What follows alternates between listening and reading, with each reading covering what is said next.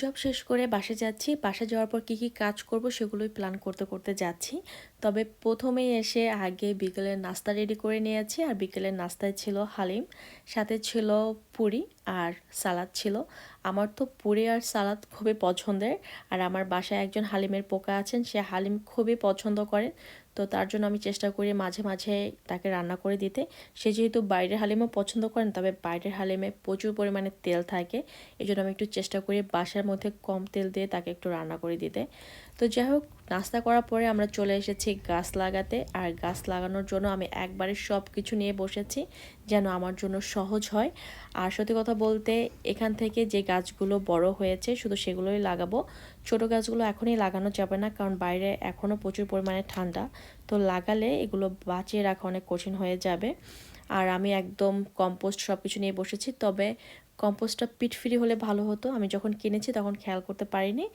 আর হচ্ছে কম্পোস্টের সাথে আমি কিছু যখন রান্না করেছি কিছু সবজির ছোকলা রেখেছিলাম, সেগুলো মিলে একবারে কম্পোস্ট রেডি করে নেব।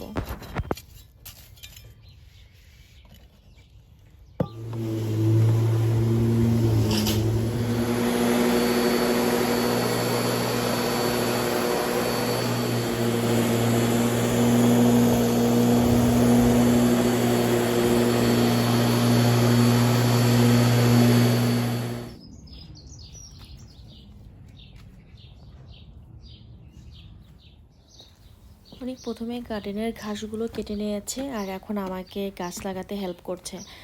আসলে আমি এবার গাছ লাগানো নিয়ে এত এত ভিডিও দেখেছি ইউটিউবে, আমার পুরো মাথা গরম হয়ে গেছে। তো অনেকে বলাতে সে আমাকে গাছ লাগাতে হেল্প করছে। আসলে এবছরে যা যা হবে সেগুলো আমার আগামী বছরে কাজে লাগবে। এটা একটা বিশাল বড় এক্সপিরিয়েন্স হবে আমার জন্য।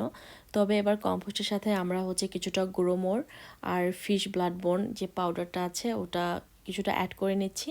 আর আমি তো বলেছিলাম আমি কিছু যখন রান্না করেছি সবজি তারপর পেঁয়াজ এগুলো সব কিছু ছোকলা রেখে দিয়েছিলাম। তো সেটা ছোকলাও কিছুটা অ্যাড করেছি। আমি জানি না আসলে এগুলো কতটুকু কাজে আসবে, তবে আমি হচ্ছে ইউটিউবে দেখেছি সবাই দেয়।